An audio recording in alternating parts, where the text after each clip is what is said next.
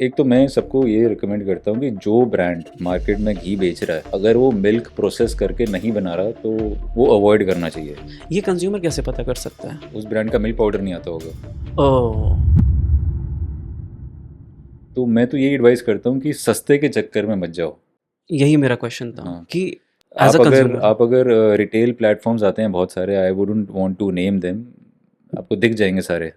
उन पे जाके घी देखोगे तो सबसे सस्ते दिख रहे होंगे, एमआरपी लिख रहे होंगे 600, काट के 400, 450। पॉसिबल ही नहीं है। आज दूध का रेट 63 रुपीज़ हुँ, लीटर है फैक्ट्री लेवल पे हुँ। हमारे लिए। उसके बाद खर्चे होते हैं, प्रोसेसिंग कॉस्ट होती है, डिस्ट्रीब्यूशन कॉस्ट होती है, मार्जिन होते हैं। तो ये तो पॉसिबल ही नहीं है अगर आपको ओरिजिनल प्रोडक्ट लेना है। अब हमारे देश की सबसे बड़ी प्रॉब्लम क्या है कि हर किसी को सस्ता चाहिए। हुँ, एट एनी सस्ते कॉस्ट। सस्ते के चक्कर में you guys want to, I mean not you guys but हम इंडियंस की वो है कि सस्ते के चक्कर में हम हेल्थ से कॉम्प्रोमाइज़ कर लेंगे। लेकिन जब बच्चे की बात आती है तब हम सस्ता नहीं देखते। तब हम उसके लिए मैं अच्छे से अच्छी कोशिश करेंगे कि अच्छे से अच्छा प्रोडक्ट उनको दिया जाए which is good in quality. But जब सेल्फ की बात आती है और एल्डर्स की बात आती है तब क्यों हम कॉम्प्रोमाइज़ कर लेते हैं।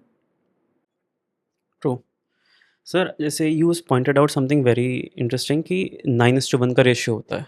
हम्म, 63 का तो ये मैंने ऑब्जर्व आपको करा आपको है। आ रहा है। ये, हाँ, मतलब देखो जो, एक तो मैं सबको ये रिकमेंड करता हूँ कि जो ब्रांड मार्केट में घी बेच रहा है, अगर वो मिल्क प्रोसेस करके नहीं बना रहा तो अ, वो अवॉइड करना चाहिए।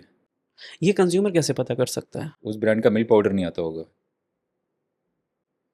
ओह! Okay, make sense. क्योंकि हाँ। जो दूध लेगा वो दूध से, उस दूध के अंदर 3 पार्ट होते हैं, मिल्क, सॉलिड नॉट फैट और फैट। हुँ, हुँ। ठीक है। तो अगर फैट आ रही है तो एस एन एफ कहाँ जा रही है? मिल्क पाउडर बनेगा ना। मिल्क पाउडर के अलग अलग एसएनएफ क्या डेरिवेटिव्स बन होता है? सकते हैं, सॉलिड्स नॉट फैट। ओके।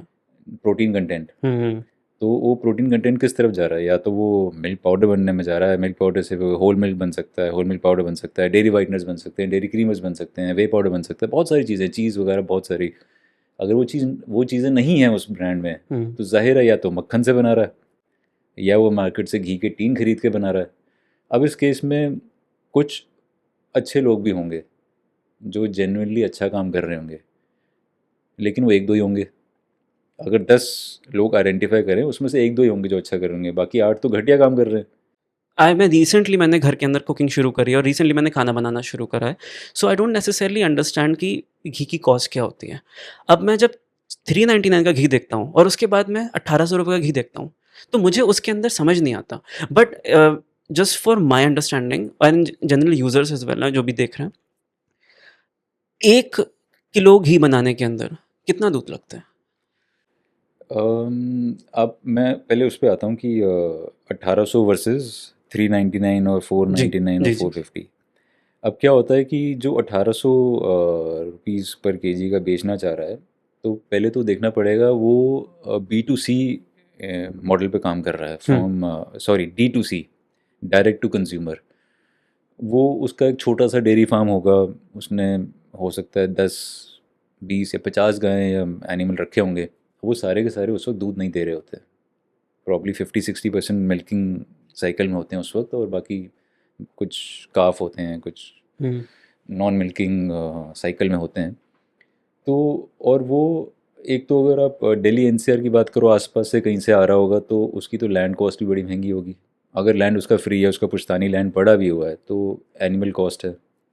फिर उसको फीड वो सबसे हाईएस्ट ग्रेड की दे रहा होगा। हुँ।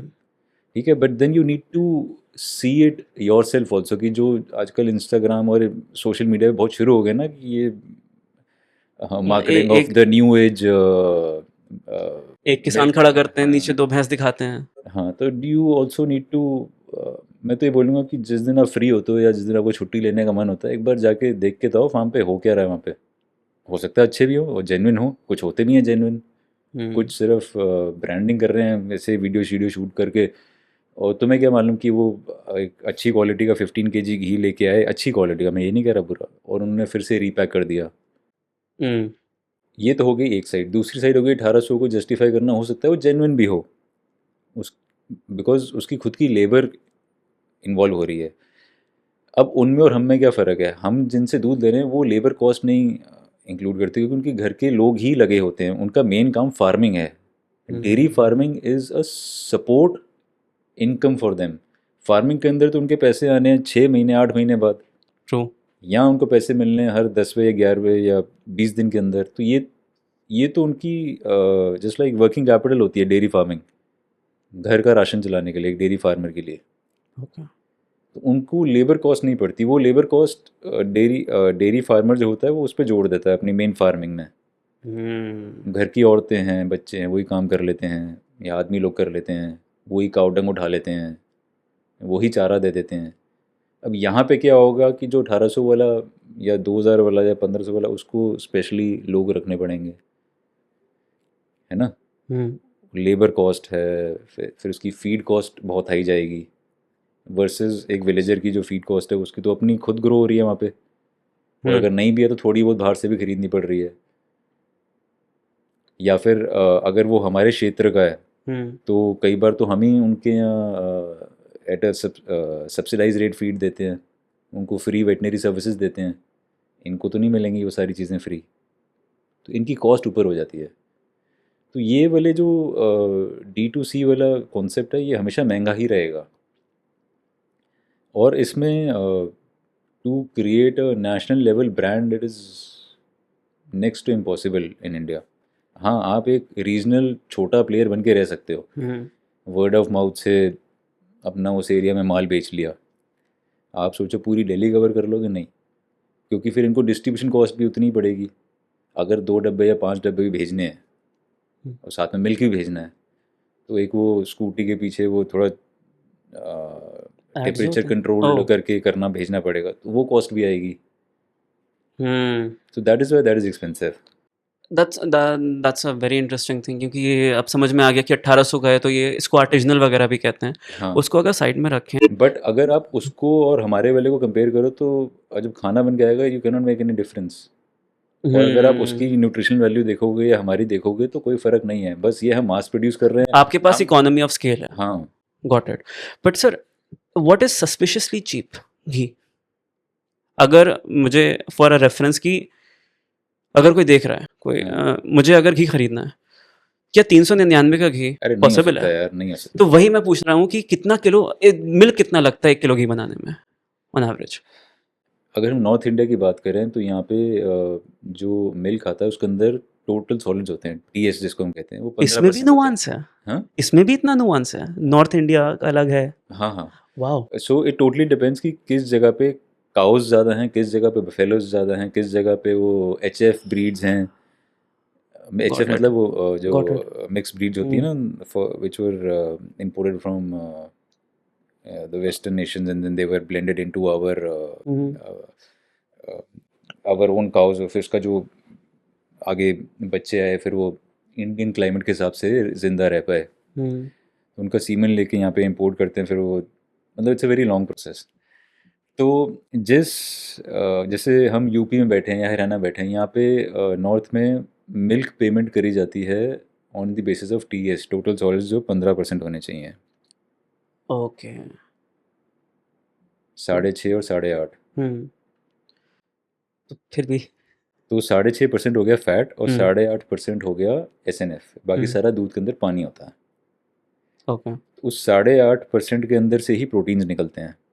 तो ओके, सो बहुत नुआंस है इसके अंदर। इसको इस तरह से नहीं आंसर करा जाता कि 10 किलो दूध लगता है नहीं 1 किलो ऐसे। घी के लिए। मैं आई गॉट इट, तो आई गॉट दूध इट। के अंदर अगर आप ये मान के चलो, अगर Solid ज़्यादा है। एवरेज 5.5% फैट आ रही है 1 लीटर में, तो 10 किलो अगर आपने दूध लिया या उसका इंटू 5.5% करोगे तो वो आएगा। 5.5।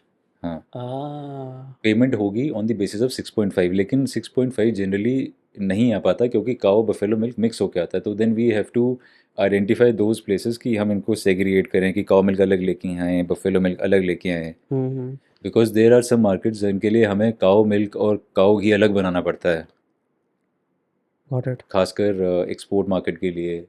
एंड देन और नॉर्थ इंडिया में जनरली प्रिवेलेंट जो अच्छा घी माना जाता है that is more of buffalo ghee, which is towards the whitish colour, okay. Creamish yellow होता है which is mixed, and then pure का होगा तो that will be like a golden yellow. Got it, cow milk के अंदर carotene level high होता है which gives that golden yellow colour. Got it. और तो काउ मिल्क के टीएस भी कम होते हैं, उनके 12 होते हैं as compare to 15 of buffalo. अच्छा, ओके। तो 5.5 से मतलब 19 लीटर दूध वैसे तो आप लगना साढ़े ही छः है। से करते हैं, लेकिन हम जनरली एवरेज पकड़ लेते हैं हाँ, ना, हाँ। क्योंकि मेरे पास काउ मिल्क भी आ रहा है, बफेलो मिल्क भी आ रहा है। तो मतलब 17 मतलब 16 से 19 किलो तो दूध चाहिए ही, 1 किलो उसको बनाने के लिए। सो अगर आप इकोनॉमिक्स को अगर लगाएँगे, वाह! ओके। हाँ, तो 399 में क्या ही मिल रहा है? Now that answers my question कि 399 तो इट्स जस्ट इम्पॉसिबल।